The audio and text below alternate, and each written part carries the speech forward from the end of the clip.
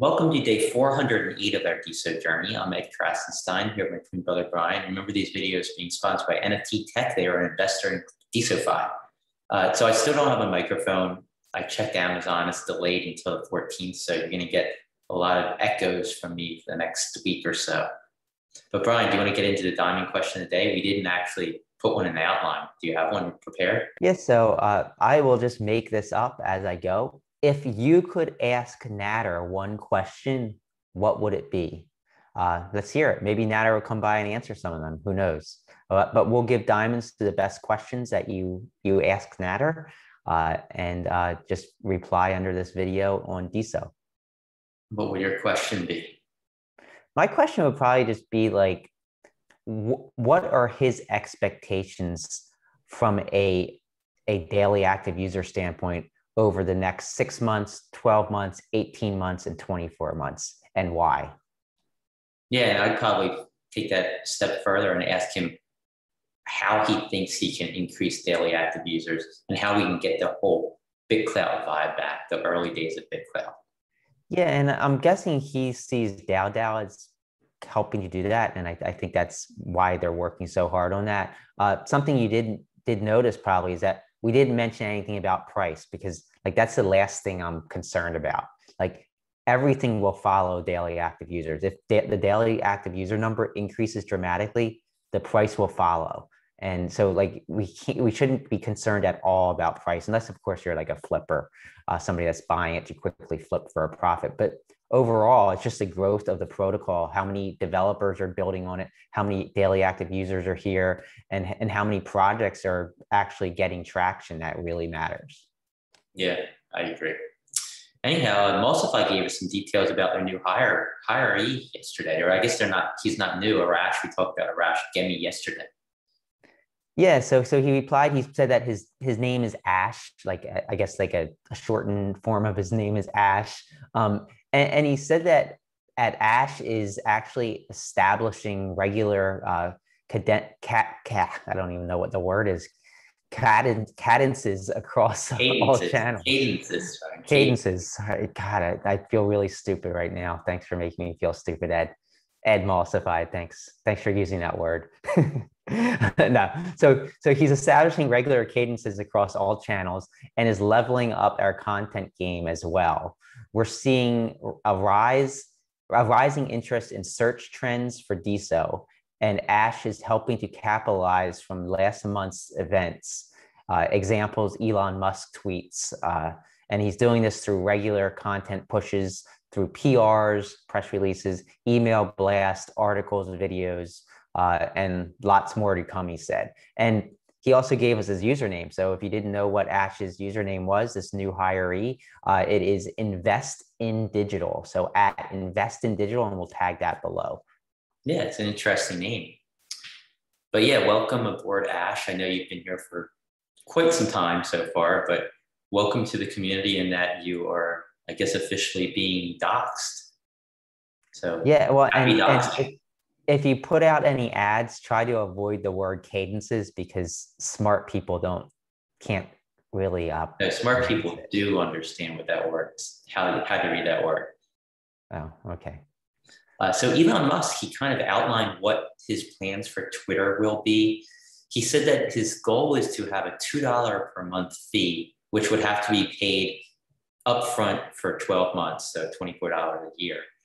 And that $24, I'm sure, will get you a lot of different things within the service, but it also gets your account checkmarked, verified checkmarked. I'm sure you probably have to verify through some other means too. I don't know. Maybe they just use your credit card name, the name on your credit card. That I guess makes sense. But after 60 days, you'll get your account verified. That's to account for any possible chargebacks or fraudulent credit card payments. And if those chargebacks or fraudulent credit card payments do take place, you obviously don't get verified and your account suspended. So he wants to do that to raise money so anyone can get a blue check mark. I wonder what that's going to do to the blue check mark people who think they're special because they have a blue check mark. But it's going to replace ads, because he believes that advertising kind of pushes a platform in a certain direction, and you're kind of beholden to your advertisers. Because, you know, if your advertisers don't like what you're doing, who you're allowing on your platform, then they're not going to pay you money. So you're going to be more prone to doing what your advertisers want. So without ads, there's no, push for you to do anything one way or the other. Yeah, and like I'm mixed on this. I understand. I'm happy to get away from advertisers because I don't think that advertisers should necessarily be pointing Twitter in a certain direction. With that said, I think that certain things still should be censored from a corporate standpoint. I mean, if I came on here and I started throwing around like really, really bad derogatory racist language, and I'm sure you can all kind of imagine what I'm talking about, towards a certain individual, then there's a reason why a company wouldn't want to advertise against that content. And I think that kind of pushes a company in a positive direction a lot of times. I understand the whole censorship thing, but at the same time, when you have this public space like this, that's I just don't know. I understand what Elon's trying to do. I understand the need for like a public square mentality, but at the same time, I don't think it's going to be easy to be able to censor things or not censor things and not create a public problem as well. And that's why DISO is so perfect, is that if say they decided to integrate DISO and put everything on the DISO blockchain, all new posts on the DISO blockchain, if Elon said, hey, I don't like this person saying this to this other person because it's just so extreme and so horrible, I'm going to block this content. That content's still on the blockchain. So if somebody else wanted to pull it up, it's not technically censored. The data isn't censored. It's just filtered at the node or the front end level. And that's why DISO takes that problem out of the hands of somebody running something like Twitter, because they can use Twitter as a lens to show what they think's maybe the most humane stuff to be shown, while also allowing that stuff to still exist on the back end, the database or the blockchain, where others that if they want to, they could pull it up. Yeah, so I understand the freedom of speech thing. I think that verification, where anybody can get verified, is good, because if you're verified and you have a check mark next to your name, you're saying that I'm really this person. You're proving that you're this person. And if you have that, if people know who you really are, your name's tied to your profile, you're gonna think twice before you make a controversial post. Currently how things stand on Twitter, anybody can create any username on Twitter, as many usernames as they want, pretty much. I mean, I'm sure Twitter has some red flags that pop up if you create a bunch of accounts, but you can do so and you can say the most hateful, heinous things you could think of. You could call for the lynching of people, or, you could you see on, if you go to Gab, the other social media website, you see some really terrible things over there. But you could do that without having any repercussions on yourself, without hurting your reputation, without saying, I'm Ed Krasenstein, I say this. Now that people can be verified, I think some of these unverified accounts, I think they'll probably come out with an algorithm that pushes the unverified accounts way down, and the verified accounts get pushed way up, so that only real people's comments really matter or are really seen. And then those real people have to stand by what they're saying. They're going to live with what they say on Twitter for the rest of their lives. It's always going to be out there. It's not on the blockchain, so I guess I shouldn't say it's always going to be out there, but it's going to be posted. And if it's archived somewhere, it's always going to be out there. So I just think, I think they should use the blockchain, so it always is there. And then it takes things even a step further. And, you're really going to think hard about what you're going to say. The other thing I want to say is, free speech, I think it's kind of a gray area. Where do you draw the line of what's free speech? What's a crime? What's hate speech? You have to draw a line somewhere. And who draws that line? Who draws a line of what's when a statement's illegal? Who says it's illegal? I mean, Elon can't make that decision. It's not decided it's illegal until a judge determines if it's illegal. Do you leave A it up jury, until? really, a jury of your peers, Yeah. and and you're not going to have that at Twitter. You're not going to have. Well, yeah, and I mean, you can't wait until somebody's prosecuted or convicted of a crime to remove that post, right? If somebody's saying, "I'm offering $50 to harm X John Smith," I'm not actually doing that. I'm not offering $50, but if somebody says post that, it has to be removed, right? And here's the thing, like they might not directly say, "Hey, I'm offering $50 to go and murder this person." They could say it in a roundabout way that maybe it would be considered illegal in the court of law, but maybe it wouldn't based on how they worded it. So it's just not black and white. And I feel Elon is kind of looking at things as black and white. And you mentioned Gab. So Gab is another social media platform that some of the best people aren't on it. That's my opinion. There's a lot of racist, anti-Semitic language that's there.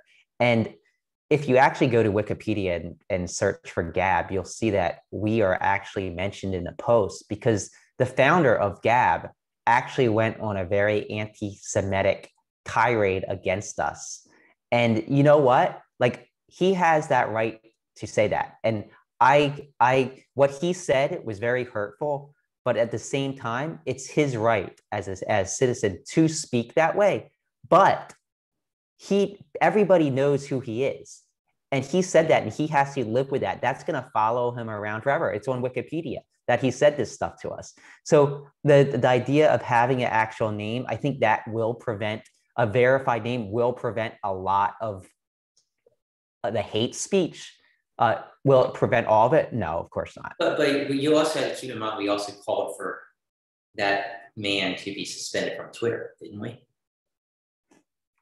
I don't think it was. I don't know what the conditions I believe were. we called And for, this still happened yeah, but like see, 4 or 5 years ago. that's our right as well. So I mean, like, and Twitter, Jack Dorsey at the time could have banned him. I don't know if he did. I think he did ban him from Twitter. I'm not Yeah, sure. yeah, and like it was just vile speech. And some people think that belongs on a website like Twitter. Like I I don't know. I don't think it does. I don't think that my kid, when he grows up, or maybe when he's 13 and he's on Twitter, should be reading some of this stuff about his religion or about his background or maybe about his race. Uh, I think that it's just not Well, something that well, should be so posted. so I think his name's Andrew, like the creator of Gab. He wasn't verified on Twitter, so there's always that, oh, it wasn't really me type thing. So I think the verification on Twitter will help. You're standing by what you're saying. You're verified. You've sent in your credit card information to confirm that it's really you. I think that is a better solution. The best solution would be doing that, but also integrating with the blockchain so that data can remain out there. And then if you want, if Elon thinks, I'm not going to allow anti-Semitic speech or racist, people calling for the lynching of other individuals. I mean, he can say that and ban them, but your content would still be available for Gab to take or another node to take Right. on and display. Right. And it's just such a tough question. And like, just because we think that some people's speech shouldn't be allowed on Twitter, Well, it's like not some people's speech; it's certain types of speech. yeah, obviously certain types of speech. Like, I'll just say this right now. I don't think Donald Trump should have been banned from Twitter. And I don't think that Twitter should have blocked certain articles published. I don't think that was right. I think that certain types of speech posts should be removed. I don't think people should be, unless it's just overwhelmingly they're like every post is being banned. So as for Donald Trump, I think there were some things he said that were very close to the line of me believing that content should not have been on Twitter. As far as him being banned, I think my view has kind of changed on this. I think maybe he should have been allowed on the platform, but those posts be removed. I know Twitter ended up ultimately suspending him permanently, but at first it was temporary until he deleted his post. Do you really need that? Twitter can delete those posts. But I think, he's verified. He's standing by what he's saying. The things he got suspended for by Twitter at the end, I went back and read those posts, and I don't know if they were like, it depends how you read into the comment, I guess. Yeah. Like, was he inciting violence at the White House with his tweets? I think if you read into his tweets, you can't say those tweets Yeah. incited violence. I think, I personally think that some of the things he said prior to and during the rally at the Capitol incited violence, and whether it was direct or indirect, I mean, you can argue that, but I don't think those actual tweets he made did. Yeah, and of course intent matters. Like just because you say something doesn't mean you intend for something to happen because of that statement. And it's hard to prove intent. We were banned from Twitter, and throughout it all, like our problem wasn't being banned. Our problem was the fact that Twitter lied to the media about the reason we were banned. And like going back on that, I still feel that if Twitter wanted, like I still feel if Twitter wanted us banned, they have the right, as long as they didn't act based on something like religion or ethnicity or political ideology. I think that they have that right. But at the same time, I totally understand where the other side's coming from on this, like thinking that Twitter shouldn't have that power because Twitter is so powerful. Twitter could be defined as a public square, even though it's a privately owned company. I think that's where what you have to decide: is Twitter a public square? If it's a public square, then free speech should be allowed. It's not technically a public square because it's not a government-owned property. It's not a government-owned square, and like so. And then it's not just a city street where somebody's protesting. It's actually somebody's home or somebody's corporate offices. Like you're not allowed to go into Twitter's building and protest, right? You can stand on the public square the streets outside of that building and protest if you want. So you just gotta, I think there needs to be a definition of, maybe that definition of what a public square is needs to evolve with the internet. Yeah, it's tough. And I totally respect those who think Twitter should be totally open. Like I respect that opinion. I don't know if I entirely agree with it. I agree that DISO is the solution because that's like the middle ground that would not only take these decisions out of the hands of somebody like Elon Musk or Jack Dorsey, but it would give a solution to those who are complaining that certain content's being blocked, because it's not really being blocked. It's just being filtered on one single front end, but there could be 100 other front ends that don't filter it. So basically, DISO is the answer to all of our problems. Here's the other thing. Like if Twitter is doing this verification and then you're combining it with a blockchain, then like Twitter should be, allow this free speech. The authorities can see like is this speech illegal? We believe it is. We're going to prosecute this person. We know it's this person saying it because they confirmed their account with their credit card. So I think that solves some problems. But keep it on the blockchain. Don't keep it in your own Twitter database where you're using all that data and you're preventing other people from accessing it or other websites from accessing it. Maybe you ban some. Elon said he wants to ban people within the law. Maybe you view something as a threat, you're going to ban that person, but allow it to remain on the blockchain so that if somebody doesn't think it's a threat, they can show it on their node, and then the authorities can identify that person, go after them if they believe it's prosecutable, and then they can prosecute that person. So, well, here's another thing. So Elon keeps saying that if it's legal, we're going to keep it. If it's illegal, we're going to remove it. Now, what happens if some sort of content was posted on Twitter, Twitter deems this is illegal and they remove it? Whose laws are they using?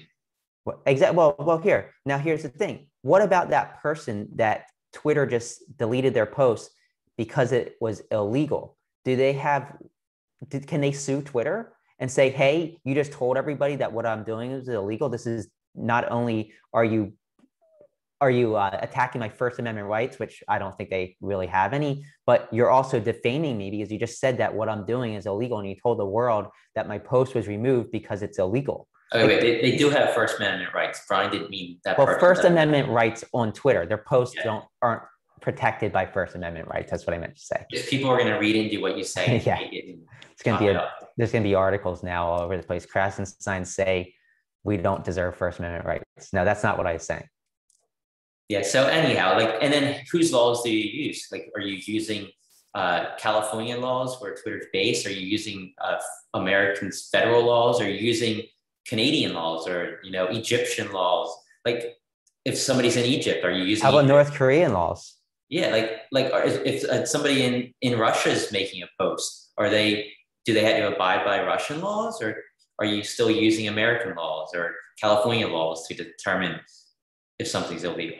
Yeah, like what if there's a conversation that starts between, say, somebody in China and somebody in the United States, and that conversation, what one person's saying in the United States might be legal, but what they're saying in China might be illegal, and vice versa. Like, how do you even deal with that? That's the thing. The lines have to be drawn somewhere. I mean, lines have to be drawn. That means there's going to be people who disagree with where those lines are drawn. So Elon's going to draw the line somewhere. They have to. He has to. Like child pornography that can't exist on Twitter. Line has to be drawn. But that's illegal for sure. Yeah. But what about other really like taboo content that maybe you don't think a 14 or 15-year-old should even have remote access to? Like, there's certain things, it's just tricky. I feel that maybe I'm wrong, and I probably am wrong.